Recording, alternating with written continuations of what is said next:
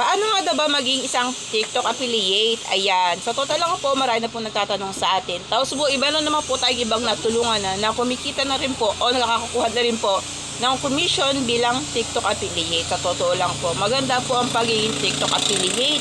Lalo po yung mga nanay na nasa bahay o yung mga na nahihirapan na magtrabaho kasi may maliit. Ayan, makakatulong po sa inyo ang pagiging TikTok affiliate. Kailangan lang pong gagawin natin, masipag po tayong mag-upload ng mga items dun kay TikTok affiliate. Pag po kayo ay nagkaroon ng TikTok shop, lahat po ng possible na pwedeng orderin na mga mag-i-scroll sa TikTok ay i-upload po natin. Ayan. Ako po ang tekniko po, pag po ako nag-i-scroll sa aking TikTok account, kung ano po yung makita ko na nagtitrending lagi o dumadaan sa wall ko ng mga pwedeng orderin, yun po ang aking ina-upload. Ayan. After ko siyang may upload o kaya sa kinabukasan, nakikita ko po may order na po kaagad. Ayan po ang napapansin ko. At maganda po ang magiging TikTok affiliate kasi nga po basta masipag ka lang mag-upload palagi, magkakaroon ka ng commission at lalaki to. Ayan. Bagay na bagay po yan sa ating mga nanay. Marami na nga po akong naturuan at sila nga po ay natutuwa kasi nga po ay papaano daw ay meron na silang commission na kita pumapasok sa kanilang account. Ayan nga po. At doon naman po sa iba na nahihirapan, try nyo lang po, subukan nyo po ulit. Huwag po kayo mawawalan ng pag-asa. Maganda po ang pagiging TikTok affiliate. Ayan. Subukan nyo po ulit mga sis, mga mami, ang pagiging TikTok affiliate. Maganda po to. Hindi po kayo mawawalan. Kayo po ay magkakaroon. Basta po masipag lang po kayo palagi mag-upload dito sa gagawin yung TikTok account dito kay TikTok. Ayan.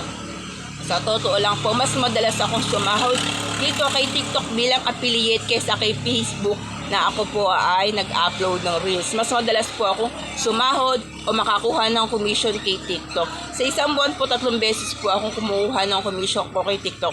Kahit po yun ay mga 1,000, minsan po. Ngayon po, meron po akong earnings na mag-700 na. Ayan po yun. Tapos ngayon po, nakita ko, pumasok na po ulit kata kanina, yung maliit na commission, ay magiging 700 na ata siya something. Kaya kahit po maliliit yung ating commission na makukuha sa gada items nating i-upload, huwag po kayo mag-alala, lalaki at lalaki po yan. Basta po masipag lang po tayo mag-upload palagi. Ayan, subukan nyo din po maging TikTok affiliate. Pag po may 1,000 followers na kayo, pwede na po kayong maging TikTok affiliate. Ayan, meron naman po tutorial kung paano maging TikTok affiliate kay TikTok. Panoorin nyo po yun. Ako dun ko lang din po siya napanood kung paano ako naging isang TikTok affiliate kay TikTok. Ayan. May share ko lang kasi po, pag po ako nag-upload, marami pong nagtatanong sa akin. Ayan. Manood lang po kayo sa TikTok kung paano maging isang TikTok affiliate.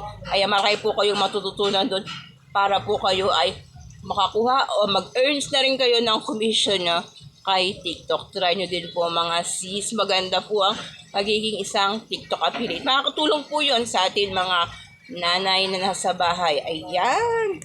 Thank you po sa mga nanonood at sa nagtitiwala sa akin bilang TikTok affiliate. Bye-bye!